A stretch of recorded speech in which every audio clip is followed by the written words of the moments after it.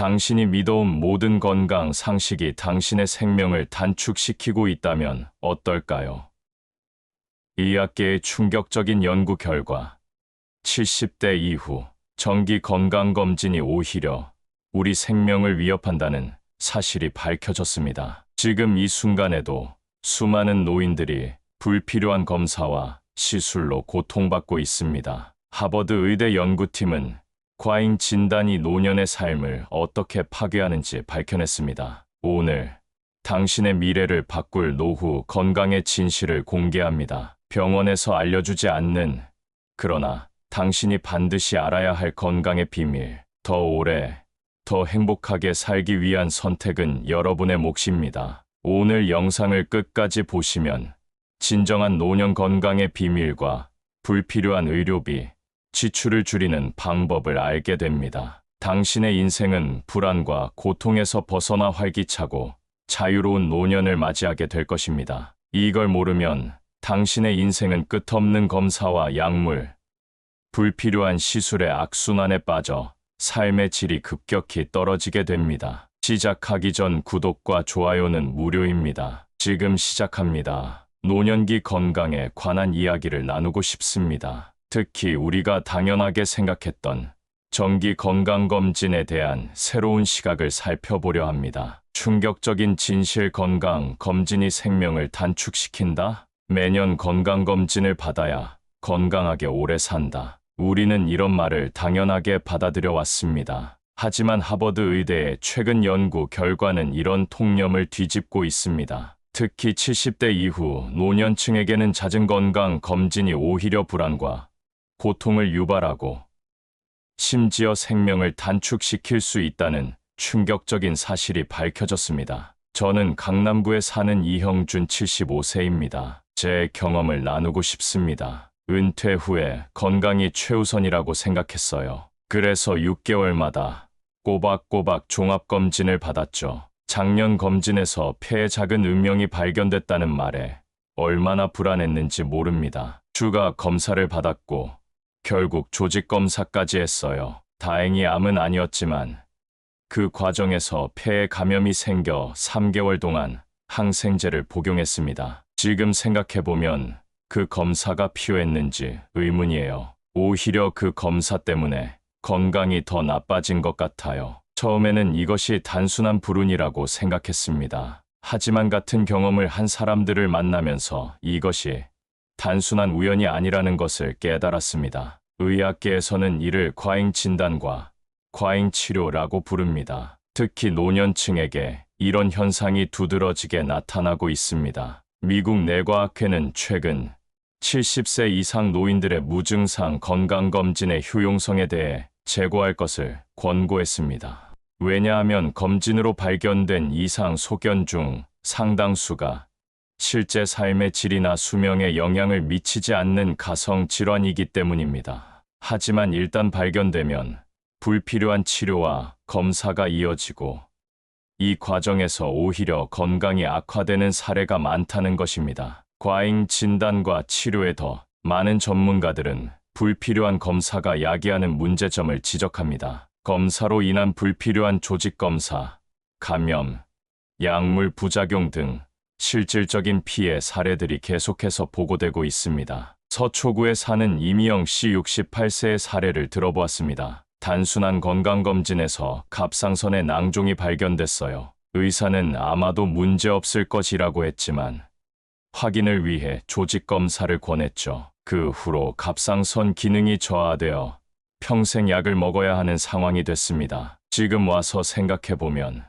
그냥 두었어도 아무 문제 없었을 수도 있었는데 검진이 때로는 과잉 진단으로 이어질 수 있다는 것을 몸소 경험했어요. 검진이 노년층에게 주는 심리적 스트레스와 경제적 부담도 간과할 수 없습니다. 검사 결과를 기다리는 불안감, 추가 검사와 치료에 들어가는 비용은 삶의 질을 현저히 떨어뜨립니다. 진정 필요한 검진과 그렇지 않은 검진의 구분이 절실한 이유입니다. 특히 우려되는 부분은 캐스케이드 효과입니다. 하나의 이상 소견이 발견되면 연쇄적으로 추가 검사와 진단, 치료가 이어지는 현상을 말합니다. 처음에는 단순한 혈액 검사에서 약간 이상한 수치가 나왔을 뿐인데 그것이 여러 검사와 시술로 이어지고 결국 환자는 신체적, 정신적, 경제적 부담을 모두 짊어지게 됩니다. 일례로 전립선 특이항원 PSA 검사로 발견된 전립선암의 상당수는 실제로는 환자의 삶에 영향을 미치지 않을 비공격적 암인 경우가 많습니다. 그럼에도 불구하고 이런 발견은 대부분 불안과 고통을 동반하는 시술과 치료로 이어집니다. 결과적으로 삶의 질은 오히려 떨어지는 경우가 많습니다. 그렇다면 노년기에 모든 검진을 거부해야 할까요? 물론 그렇지 않습니다. 중요한 것은 현명한 선택입니다. 자신에게 정말 필요한 검진은 무엇인지, 어떤 검사가 실제 삶의 질 향상에 도움이 되는지를 알아야 합니다. 꼭 필요한 핵심 건강 검진 5가지. 그렇다면 노년기에 정말 필요한 검진은 무엇일까요? 전문가들은 다음 5가지를 꼭 챙기라고 조언합니다. 첫째, 혈압 측정. 고혈압은 소리 없는 살인자라고 불립니다. 정기적인 혈압 체크는 심혈관 질환 예방에 필수적입니다. 둘째, 당뇨 검사, 특히 가족력이 있거나 비만인 경우 더욱 중요합니다. 셋째, 골밀도 검사, 골다공증은 노년기 삶의 질을 크게 떨어뜨리는 원인입니다. 넷째, 시력 청력 검사, 감각 기능에 저하는 삶의 질뿐만 아니라 안전에도 영향을 미칩니다. 다섯째, 우울증 선별 검사, 정신건강은 신체 건강만큼 중요합니다. 혈압 측정은 가장 기본적이지만 중요한 검사입니다. 고혈압은 뇌졸중, 심근경색 등 치명적인 질환의 주요 위험 요소이며 초기에는 대부분 증상이 없기 때문에 정기적인 측정이 필수적입니다. 가정에서도 쉽게 측정할 수 있어 비용 효율성이 매우 높습니다. 당뇨 검사는 특히 고혈압이 있거나 비만이 있거나 가족력이 있는 경우 주기적으로 받아야 합니다. 당뇨병 역시 초기에는 뚜렷한 증상이 없는 경우가 많아 정기적인 검사가 중요합니다. 하지만 증상이 없는 경우 매년 검사를 받을 필요는 없으며 위험 요소가 없다면 23년마다 한 번씩 받는 것이 적절합니다. 골밀도 검사는 특히 여성의 경우 폐경 이후 골다공증 위험이 크게 증가하기 때문에 중요합니다. 골절은 노년기 독립성을 해치는 주요 원인 중 하나입니다. 하지만 이 역시 모든 사람이 매년 받을 필요는 없으며 위험 요소에 따라 검사 주기를 조절해야 합니다. 시력과 청력 검사는 단순히 감각 기능의 저하를 넘어 사회적 고립과 인지 기능 저하와도 연관됩니다. 특히 청력 저하는 치매 위험을 증가시킨다는 연구 결과도 있어 주의가 필요합니다. 하지만 이 역시 증상이 없다면 11에서 2년마다 한 번씩 받는 것이 적절합니다. 종로구에 사는 최영호 씨 72세는 우울증 선별 검사의 중요성을 다음과 같이 강조했습니다. 은퇴 후에 기력이 떨어지고 의욕이 없어진 것을 그저 나이 탓으로 돌렸어요. 하지만 우연히 보건소에서 받은 우울증 선별 검사에서 중등도 우울증 진단을 받았죠. 적절한 상담과 치료를 받은 후 지금은 동네 시니어 탁구 동호회에도 가입하고 활기를 되찾았습니다. 몸의 건강도 중요하지만 마음의 건강을 체크하는 것도 정말 중요하다는 걸 깨달았어요. 노년기 우울증은 종종 신체적 증상으로 나타나기도 하고 나이 들면 다 그런 거지라고 간과되기도 합니다. 하지만 적절한 치료를 통해 삶의 질을 크게 향상시킬 수 있는 질환이기에 주기적인 선별 검사가 권장됩니다. 맞춤형 건강 검진 전략. 일률적인 국가 검진만으로는 부족합니다. 가족력, 생활습관, 복용 약물 등을 반영한 개인 맞춤형 검진이 필요합니다. 특히 건강 위험 요소는 개인마다 크게 다르기 때문에 자신에게 정말 필요한 검사가 무엇인지 의사와 충분히 상담하는 것이 중요합니다. 마포구에 사는 박태원 씨 69세는 맞춤형 검진의 중요성을 직접 경험했습니다. 아버지와 형이 모두 대장암으로 일찍 돌아가셨어요. 그래서 저는 의사와 상담 후 가족력을 고려한 맞춤형 검진 계획을 세웠습니다. 덕분에 작년에 대장 폴립을 조기에 발견하고 제거할 수 있었죠. 모든 검사를 다 받는 것보다 나에게 정말 필요한 검사를 선택적으로 받는 것이 중요하다고 생각해요. 의사와의 효과적인 소통도 중요합니다. 검진 전에 질문 목록을 준비하고 검사 결과와 의사의 설명을 기록해두는 습관은 자신의 건강을 주체적으로 관리하는 첫걸음입니다. 저는 항상 다음과 같은 질문들을 준비해 갑니다. 첫째, 이 검사가 정말 필요한 이유는 무엇인가요? 둘째, 검사 결과가 나쁘게 나오면 어떤 치료 옵션이 있나요? 셋째, 검사 자체의 위험성은 무엇인가요? 넷째, 대안적인 검사 방법은 없나요? 다섯째, 이 검사를 받지 않는다면 어떤 위험이 있을 수 있나요? 이런 질문들을 통해 의사와 함께 정보에 기반한 결정을 내릴 수 있습니다. 또한 다양한 검사 결과를 한 곳에 모아두는 건강 포트폴리오를 만들어두는 것도 좋은 방법입니다. 이를 통해 시간에 따른 건강 변화를 추적하고 새로운 의사를 만날 때도 자신의 건강 상태를 효과적으로 전달할 수 있습니다. 의사가 특정 검사나 치료를 권할 때 관찰하며 기다려보는 것도 하나의 선택지가 될 수 있다는 점을 기억하세요. 특히 노년기에는 모든 이상 소견을 바로 치료하는 것보다 삶의 질과 독립성을 우선시하는 것이 더 중요할 수 있습니다. 생활 습관이 최고의 건강 검진, 정기 검진보다 더 중요한 것은 바로 일상의 습관입니다. 연구 결과에 따르면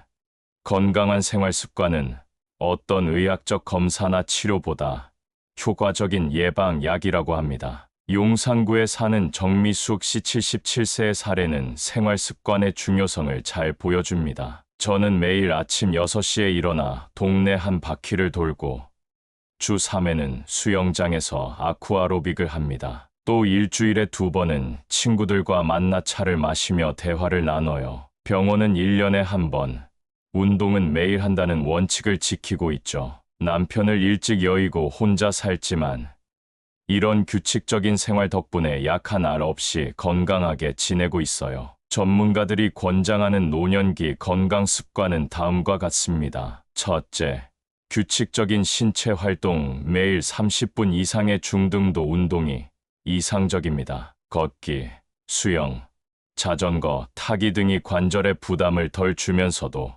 효과적입니다. 둘째, 균형 잡힌 식사, 지중해식 식단 과일, 채소, 통곡물, 올리브유, 생선 위주의 노년기 건강에 특히 좋다고 알려져 있습니다. 셋째, 충분한 수면.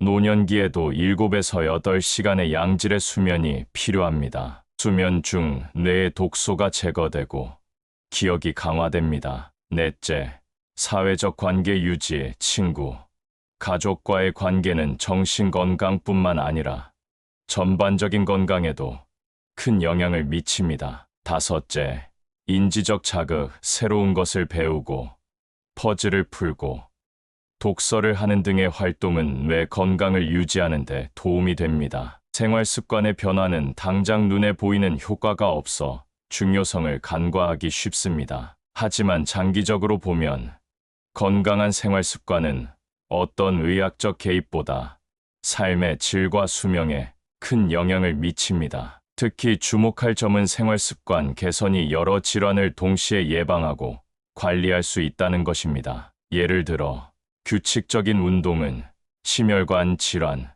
당뇨병, 우울증, 치매 위험을 모두 감소시키는 효과가 있습니다. 그리고 무엇보다 생활 습관 개선은 부작용이 없다는 큰 장점이 있습니다. 약물이나 시술과 달리 적절한 운동과 식이 관리는 위험성 없이 건강을 증진시킬 수 있습니다. 건강의 진짜 의미는 내가 하고 싶은 일을 할 수 있는 힘, 검진과 치료에만 집중하다 보면 정작 중요한 삶의 질과 독립성을 놓칠 수 있습니다. 건강의 진정한 의미를 다시 생각해봐야 할 때입니다. 노원구에 사는 한영자 18, 11세는 자신만의 건강 철학을 갖고 있습니다. 무릎 관절염으로 수술을 권유받았지만 저는 통증 관리를 선택했어요. 큰 수술 후 재활 과정이 힘들 것 같았거든요. 대신 가벼운 수중 운동과 통증 관리로 지내고 있습니다. 비록 걸음이 느리지만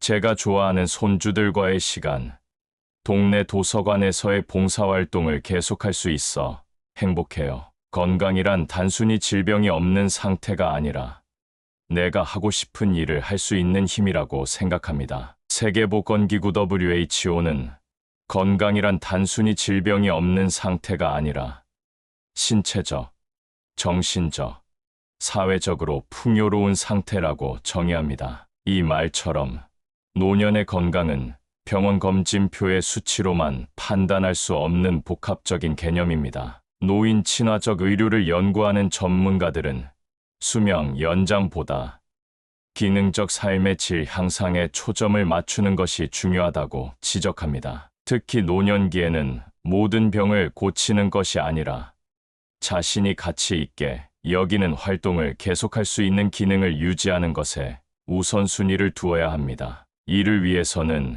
의사와의 대화에서도 다음과 같은 질문들이 중요합니다. 이 치료나 검사가 내 일상생활 기능을 얼마나 향상시킬 수 있나요? 치료의 효과와 부작용을 고려할 때 내 삶의 질은 어떻게 변할 수 있나요? 내가 소중히 여기는 활동들을 계속하기 위해 어떤 관리 방법이 가장 적합한가요? 저는 이런 여정을 통해 깨달았습니다. 진정한 건강이란 모든 수치가 정상이거나 모든 질병이 없는 상태가 아니라 자신이 원하는 삶을 주체적으로 살아갈 수 있는 힘이라는 것을요. 이 글의 핵심은 맹목적인 검진이 아닌 지혜로운 건강 관리입니다. 자신에게 정말 필요한 검진만 선택적으로 받고 일상에서의 건강한 습관을 더 중요시하는 지혜가 필요합니다. 건강한 노후는 병원 복도에서가 아닌 활기찬 일상에서 만들어진다는 것을 기억해 주시기 바랍니다. 세계보건기구의 정의를 다시 한번 되새기며